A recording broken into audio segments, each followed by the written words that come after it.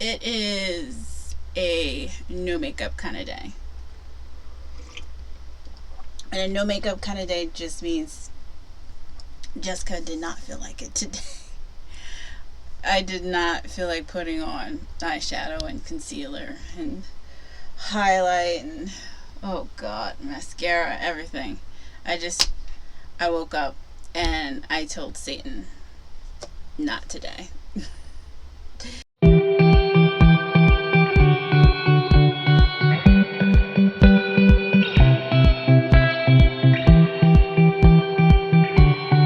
Okay, so this is a video that should have come out at the end of July. I was about to say June. At July. This video should have came out at the end of July. My bad. My apologies for not doing that. Especially given the last 4 days of July I did not read. And I was free to do anything. And I should have been making this July wrap-up video. And I was not. Because I was lazy. I wish I had a better answer for you, but just plain and simple, good old-fashioned laziness took over. And now here we are on the 4th of August, wrapping up shit that happened in July. And then I have to do my August TBR, and I shamefully have already started it, but have not made the video for it. And I am a whole ass clown. New to YouTube and fucking it up already. So sorry. Will not happen again. Maybe. I promise. I'll try. That's 100% of my effort. That's the best I can do. And I think a try is good enough. Sometimes a try is good enough, you know? How many books did I read? Oh, I read 8. I read 8 books this month. And if you have been following the very few videos that I've already put on this channel, you know that 6 is usually my max and 8 is just killing the game. I will put my stats on here on the screen. I will put my stats for that month from Bookly on the screen to show you guys. And yeah, I enjoyed most of the books that I read this month. I would probably give on average to the books I read this month about 3.5 stars, you know. Hate any of them. That's not true. I DNF'd a book this month. It would have been 9 books, but I DNF'd Julie Garwood's The Gift. It was I'm going to make a DNF video at the end of the year of all the books that I was just kind of I noped the fuck out of. I just left. I was like, no, I can't do this. And Julie Garwood's The Gift will be on there with the reasons. Let's get into it. Enough of me rambling, enough of me talking. I do that enough on this channel, enough in these videos. And I want to kind of, you know, make this a pretty digestible video. And we can't do that with me rambling. Okay, so let's get to it. Okay. So the first book I read in July is In Bed with His Rival by Catherine Cabrera. It is a Harlequin desire novel. I love these, but not this one. 2 stars. It's an older woman, younger man, which is my jam. I love age gaps, and I especially love May December romances. And older woman, younger man, awesome. But that was actually kind of not true. They're only 10 years apart. She's 40 and he's 30. I'm like, no ma'am. Like, give me like 50 and 25. That's what the fuck I'm looking for. But whatever, I ignored that. I pedaled through, you know, I pushed on through. But the characters were just too annoying. And no, actually Piper, the heroine, she was fucking annoying. That's why it's got 2 stars. Like, her insecurities and just she was just a very immature, like, 40-year-old woman. Like, and it kept, like, there was a lot of telling and not showing. It, like, the story kept telling me that she was a very mature woman, and who was take charge and, you know, had her freedom and, you know, didn't want to be tied down in a relationship, and so her meeting this guy and, you know, being so attracted to him and wanting to be in a relationship with him was like this big fucking deal, or supposed to be this big fucking deal. And she just acted like this high schooler the whole time, like with this like mixed messages and back and forth with him. And like, I just felt bad for the guy. What was his name again? Brian. I felt bad for Brian. I was like, why are you putting up with this shit? Like, she's a child. Like, and she's supposed to be 10 years older than you. Like, no. And there's only 2 love scenes in here, and they're weak. They're weak. I'm sorry. They're weak. Like, no, I just wasn't here for this. I was disappointed. There's supposed to be rivals, like their families are supposed to have these like business rivalries, and it was just, and that was weak too. It was disappointing. Like, I had a lot of high hopes for this romance novel, and I was just kind of like, no. The next book I read was Town in a Blueberry Jam by B.B. Haywood. I was really excited to read this because I love cozy murder mysteries. They're my jam. So I was super here for this, and there's blueberry based recipes in the back of it, which is really freaking adorable. And it's a floppy paperback. That is my crack cocaine. But anyway, yeah, Town in a Blueberry Jam by B.B. Haywood. So the mystery wasn't bad. The protagonist, I actually liked the protagonist. She was a very active protagonist. What happens a lot of times in these cozy murder mysteries that annoys me, and I had to DNF one about 2 months ago. That'll be in my DNF video as well. Is that they're very inactive. Like, they stumble upon things, or people come to them with information. And the heroine in this, like, what was her name? Candy.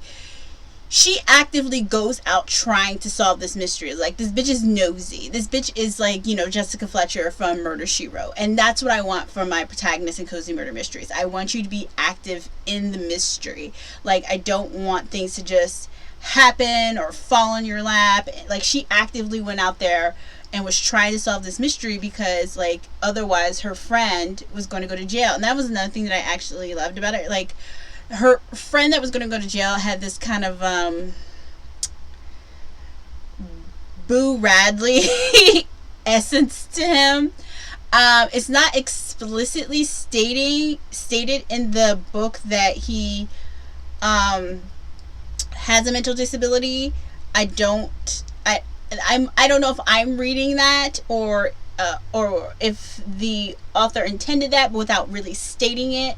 But that's the impression that I got. And he's a very sweet guy. He's got like a little crush on Candy, and she unfortunately has to like let him down in the beginning.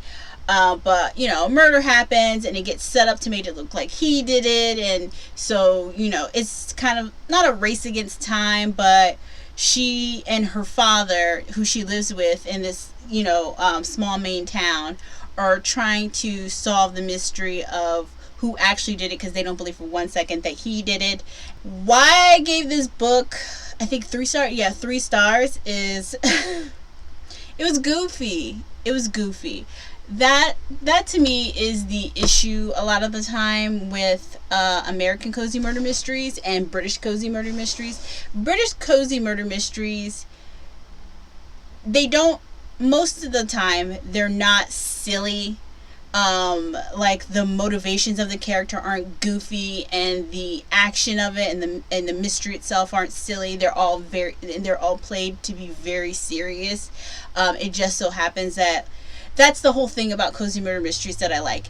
It's this very brutal, violent thing happening in this very cute, quiet, quaint little town. And the protagonist is usually somebody unexpected who goes out of their way to solve the mystery. But yeah, it got goofy, it was silly. The villain at the end became obvious right at the beginning of the 3rd act of the book. Right at the beginning of the 3rd act of the book, I was just like, there's no more fucking suspects left, so it's got to be this person. And I hate that.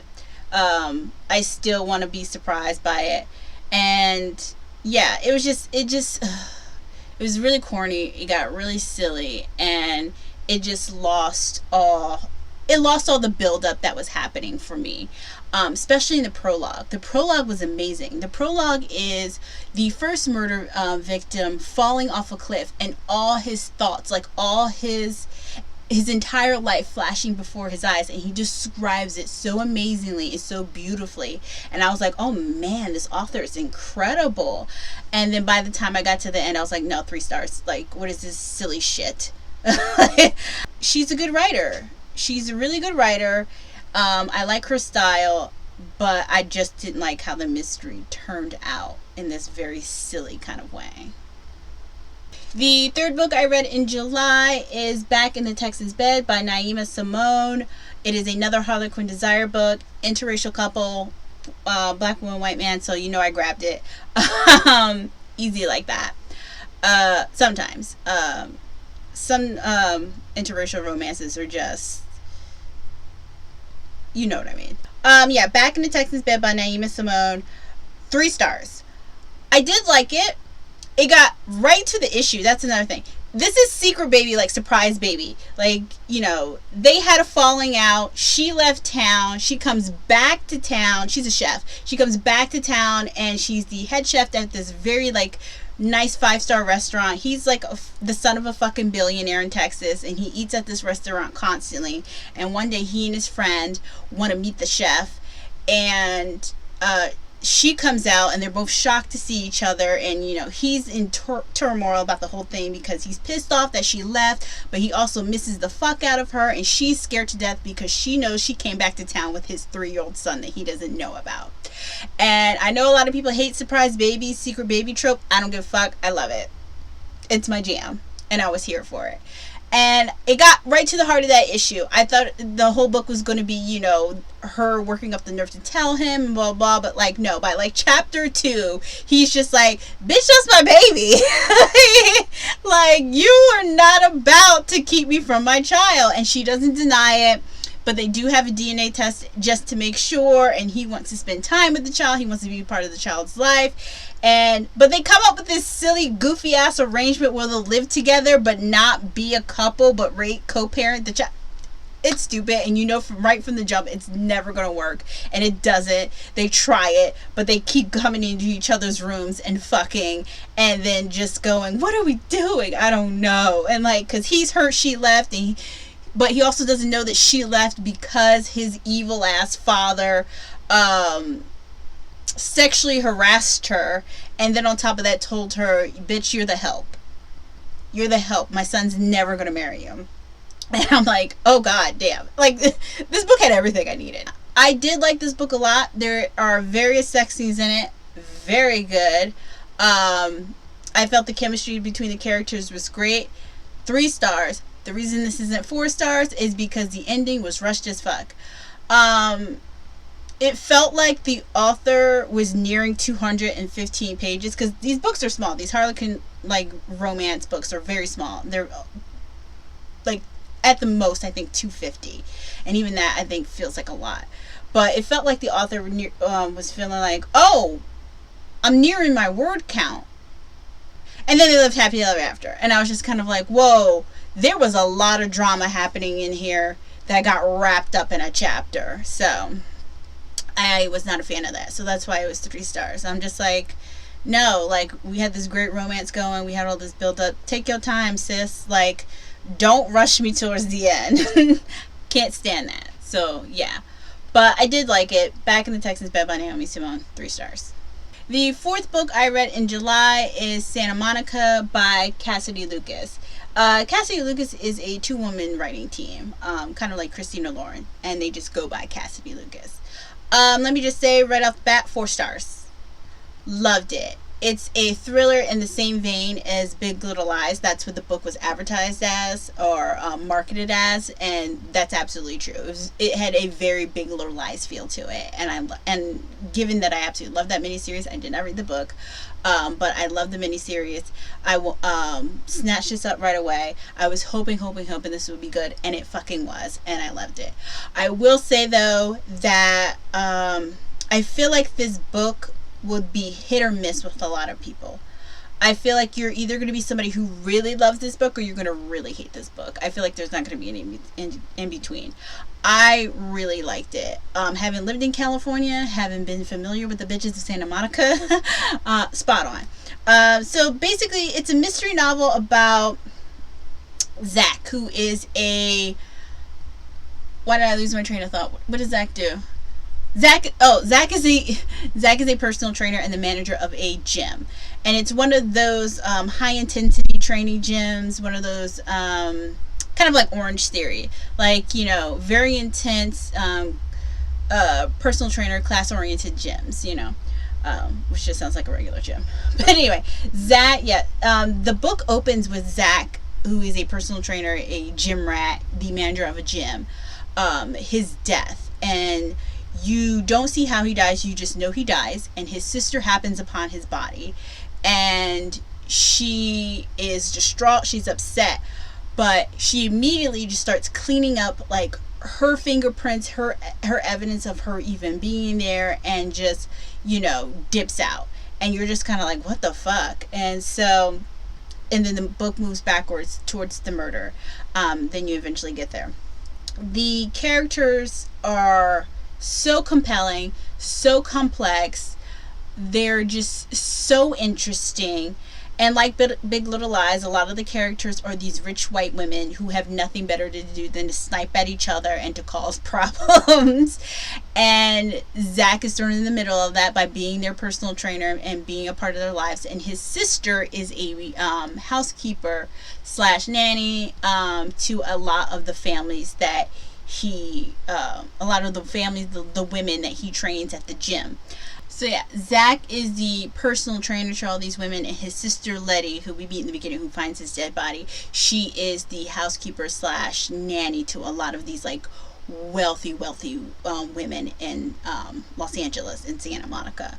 And he forces her to keep that a secret mainly because Zach is unlike Letty, his sister is biracial. They share a mother who's Hispanic, but Zach's father is white and a very successful real estate developer in Florida. And he moved to California to be an actor. Zach wants Letty to keep it a secret because he's also hiding his Hispanic Latino roots. And he's very white passing. He does not look Hispanic. He does not look Latinx. And he also is trying to simultaneously climb up this social ladder amongst these people. And so he unfortunately is living that life as somebody who's passing for white when he's actually biracial Hispanic. And Letty hates this. She resents it about him. And she also has anger towards him because he is also the reason why her son has a physical disability, which gets explained in the book too. It's just so layered. It's so good. I don't want to try and give too much away. I just want to just point out that there are a lot of really incredibly interesting things said in this book about race and class, and tying that to like a thriller. It's just so good.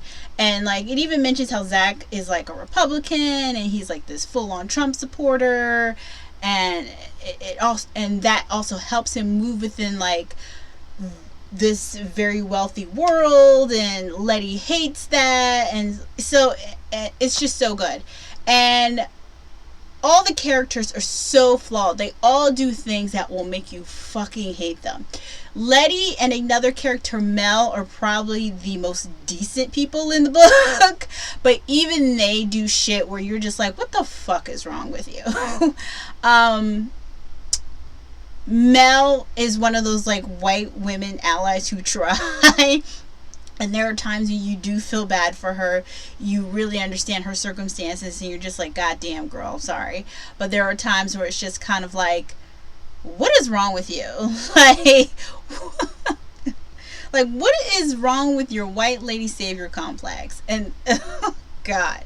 And you know, Letty has a lot of Letty has her own trials and tribulations that she's going through. She's an undocumented person, so she is constantly on the lookout for ICE snatching her up and taking her back to Mexico. Her son was born in the United States, so you know, if she is taken by ICE, they'll separate her. And so that's why she just leans so hard on Zach, because she needs Zach to take care of her son if she gets deported. So it's, and all of that ties into the murder mystery within it. And at the end, I felt that the mystery was really good. I figured it out probably about 6 or 7 chapters before the ending. Around that time, I was just kind of like, oh my God, I know who did it. I know who's the murderer. I know what happened. And I know why. And I was so happy I was right. Pat on the back. Pat on the back. I was so happy I was right. But it still didn't take anything away from the book. I still absolutely loved it. I still thought it was great. Like I said, 4 stars. Loved it. Please pick it up. I really do think, though, it is one of those hit or miss for people. I think there are going to be people who absolutely love it and what it has to say and what it's doing. And I think there are going to be people who absolutely hate it, that are just kind of might be bored by the whole aspect of it. Like, but if you loved Big Little Lies, honestly, if you loved the book and if you love the miniseries, legit read this. The 5th book on my list is Whistling Past the Graveyard by Susan Crandall. It's about Starla, who runs away from home, and as she's running away from home, by the way, this takes place in 1963 Mississippi. So yeah, it's about Starla, who is running away from home from her mean grandma, and she's headed to Nashville to look for her mom who left to go to Nashville to become a famous country music singer. And along the way, she meets Eula, a 30-something black woman, and she notices that Eula's traveling with this white baby, and she finds that interesting, but also kind of like, you know, mysterious, like what is going on here. But long story short, they end up traveling to Nashville together for Starla to meet up with her mom, and because Eula is on the run with this little white baby. Sounds fascinating, right? It's fucking not. It's not. 2 stars to this shit. Almost DNF'd it twice. The only reason I didn't, because I needed to know how it was going to end. I just needed it to. I will never discourage white authors, white writers of any media to never write about marginalized people. I just need you to be better about it. I understand that within this time period, within this place, that there are going to be certain characteristics that people of color have. I get it. That is understandable, especially this white woman who decided to write this book is going to implement those things, those unfortunate tropes. But it was difficult to read at times because it was just a lot. Like, Eula, I thought was going to be this very independent, strong-willed woman, and she was just the most mammy thing. It was irritating. It was, oh my God, it was gross. It reached a point of being gross. And then Starla, she's the narrator. She's the point of view we get everything through. She's actually a pretty likable character for the majority of the book. I'd say about 75% of the book, maybe 60. But there reaches a point to where she gets fucking annoying. And at first, when she started getting on my nerves, I was like, okay, I totally get why she's getting on my nerves. Because she is this, you know, how old is she? 9. She is a 9-year-old white girl in 1963 Mississippi who doesn't understand certain situations. Because that was the thing. She kept making trouble. Her grandma calls her mouth, or the mouth, or something like that in the book, because she just doesn't know how to be quiet. She doesn't know how to stay out of grown folks' business, and she causes trouble. And she does that throughout the book. She's this brave girl that you want to root for, but you also understand she just doesn't know much about the world. It's just, I don't know. I'm rambling. It was just annoying. Just know that like 60% of the book Starla's fine, and then after that, homegirl gets fucking annoying. But yeah, I read it to the end because I wanted to see how Eula's story would pan out. I wanted to see what would happen to her at the end, and it's corny and it's ridiculous and it's not gratifying whatsoever. I say all this to say that this book was written around the same time as The Help. It wants to be The Help so bad. It also wants to be this mashup of The Secret Life of Bees, which is another book I read. Mediocre book, even more mediocre movie. Yeah, this book desperately wants to be a mixture of The Help and The Secret Life of Bees, and it's neither of those things. Neither of those things. And in its attempt at imitation has failed miserably. 2 fucking stars. The 6th book I read in July is a graphic novel called Bloom by Kevin Panetta and drawn by Savannah. I should have looked up how to say her name before I did this video. Oh dear God. Ganuccio. Oh God. I am so sorry, girl. I apologize. But just know that it's 5 stars and I loved it. I absolutely loved it. Alright, so I am just now getting into graphic novels. It was never really a thing for me. Because I always thought all graphic novels were like Sin City and The Dark Knight. Good graphic novels, but you know, I didn't know they could be this. I didn't know that they could be sweet queer romances about boys who work in a bakery. Like, now that I do know, now that I know that graphic novels can be this, oh my God. Like, it was so adorable. I loved everything about it. The book is about Ari, who's Greek, who works in his parents' bakery in this little beach town. Oh my God, the drawings in this are so beautiful. It's a little beach town that reminds me a lot of Beach City from Steven Universe. So I was already hooked because fucking love that show, adore that show, worship that show, and the drawings remind me very much of it. But Ari is the keyboardist in a band, and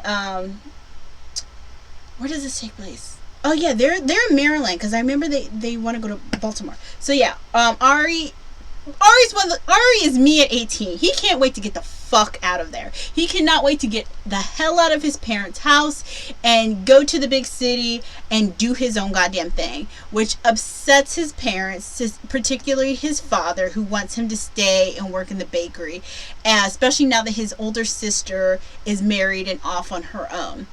And Ari's just kind of like, well, no, I need to like be an adult and grow as a person. And yeah, you may need my help at the bakery, but like, no, like I'm going to go off and do my own thing and be my own person. And his father's just so upset about it. And so Ari's like, I'll tell you what, if I can find someone to replace me, you know, it'll be easier for you to digest that I'm leaving. And he finds this lovely handsome boy. Oh my God, I'm so embarrassed. What is his name? Hector. Haha. Oh my God. So yeah, he finds this adorable cute little fellow named Hector, who is of Samoan descent. So they have a nice little interracial romance. And Hector came to town to clear out his grandma's house, who passed away, who he was very, very close to. And his grandma is the one who taught him how to bake, and she especially taught him how to make Samoan Hawaiian desserts and breads. And so he and Ari meet. He ends up working at the bakery. They fall in love. Oh my God. There is an unfortunate little tragedy in here, which totally sucks. But regardless, I loved it. 5 stars. 5 stars. My only issue is I have a small tiny issue with one thing in the book, and that's that, can I mention it without spoiling it? No, I can. Okay. I just wish that Ari did a little more groveling. I wish Hector wasn't so quick to forgive. I felt that what Ari did deserved a little more begging, a little more, I'm sorry, baby, please forgive me, and Hector being a little more resistant. But either way, still 5 stars. Absolutely loved it. So fucking cute. I'm going to read everything that these two people do from now on forever in my life, because this was just so. The seventh book on my list is a book that everybody apparently is reading this summer. Sometimes I'm a bandwagon bitch and other times I'm not, but in the case of this book I was, and I'm glad I was, because I read it, loved it, had a good time with it. It Happened One Summer by Tessa Bailey. I gave it 3.5 stars. It is 3.5 stars, not 4 stars, because of a nitpicky issue, which I'll get to in a minute. But cute. It's very cute. It is my favorite, well, not my favorite, but one of my top favorite romance tropes, which is grumpy sunshine. I love that. From what I understand, the character of Piper is based off the sister-daughter character on Schitt's Creek. I do not watch that show. I saw the pilot. I thought it was okay, but it wasn't something I knew that would continue to grab my attention. But that show has racked up awards and such a huge fan base. So good for it. And good for Eugene Levy and Dan Levy and Catherine O'Hara, people that I absolutely love, whose talent I love to see in everything. Just unfortunately not Schitt's Creek. Like, it didn't grab me. I wasn't interested. Maybe one day I'll go back. My friend Dave, I think, is a huge Dave's a huge fan of the show. Absolutely loves it and swears by it. So, maybe I'll let him talk me into trying it again. But yes, so from what I understand, she is based off the sister/daughter character in the show. And from what I saw in the pilot, yeah, accurate. So basically, Piper is a rich girl from LA, a very wealthy, rich party girl from LA whose stepfather is a mega producer. He's had enough of homegirl shenanigans. She got dumped and did some illegal vandalism shit and got arrested. And he's like, bitch, you 28. This is ridiculous. He over it. And so he's like, you know what? If you want me to not cut you off financially and see that you're responsible and somebody that I can trust and somebody that, deserves my connections in order to boost whatever career you end up deciding on, I'm going to send you to the PNW. So he sends her to the Pacific Northwest. So he sends her to Westport, which is in Washington State, where I live. And it's a small, like, beach town. It's like a fisherman's village. Been to Westport. It's very beautiful. It's like a day trip. You don't want to live there. You don't unless you're one of the boatmen, the fishermen that live out there. Then you live there. But yeah, it's a very small beach town, a fisherman village out there. Apparently her biological father, who was a fisherman and passed away, unfortunately, during one of his trips, owned a bar there. And it meant a lot to her mother, and therefore her stepfather never got rid of it. But, he just remembered that it's just sitting there collecting dust. So he sends her there to go to the bar and make it something, turn it into something, be something, and just to get her out of LA and away from all the bad influential people that are surrounding her. And just to help her get a new, lease on life. And her sister ends up going with her. Hannah decides to go with her because she's just kind of like, you'll die up there by yourself. You have absolutely no idea how to take care of yourself. I don't either, but at least we'll be dumb together. So Piper and Hannah go up to Washington State, to the PNW. They rent out the bar. They go to the bar. It's already open in this kind of makeshift kind of way. They live upstairs in a crummy, gross, disgusting apartment above the bar and decide to renovate it and turn it into something. And Brendan, who is one of the local sea captains, who is very well respected and very well liked throughout the town, he and Piper meet, romance forms. I was a little annoyed at how entitled and privileged Piper is, and yes, she comes to realize that, and she also comes to try and change those aspects of her a little bit, not completely, because she enjoys being rich, and being rich is awesome. And yeah yeah, it is. Speaking of somebody who's been poor a lot throughout their life, I'm pretty sure being rich is awesome. I'm pretty sure it comes with its own set of problems, But yeah, it's a lot better than being poor. I've been poor before. It ain't fun. um, but what I was annoyed by with her entitlement and her privilege was that everybody kept making it seem like her stepfather was being unfair. And I was right along there with the homies. Like, bitch, you almost 30 and you cutting up? You vandalizing property? You out here partying, drunk constantly, fucking every man ever. And you almost 30 still doing this with no college education and on my dime? That's another thing. On my dime and in my house? And I'm supposed to bail you out of jail and it's supposed to be cool? No. No, Paris Hilton, no. No. I was right there with the stepfather. But yeah, everybody just kept trying to make it seem like, oh, that was so unfair of him. That wasn't nice. You're so much more than that. I wish he could really see who you are. And I couldn't stand that because I'm just like, he can't really see who you are because you haven't presented anything different to him for him to give a shit about. That's why he sent you to Westport, so you would grow as a person. You would not be different but learn things. So I was just kind of annoyed by that.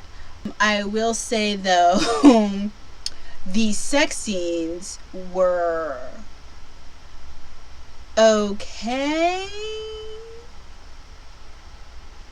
Like, there were enough of them, which I appreciate, to balance, and balance out the romance as well. It wasn't just about sex, and their attraction to each other. But, you know what my issue was? Their dirty talk was so corny. It was not hot to me at all. I was just kind of like, Tessa Bailey, you need to read fan fiction.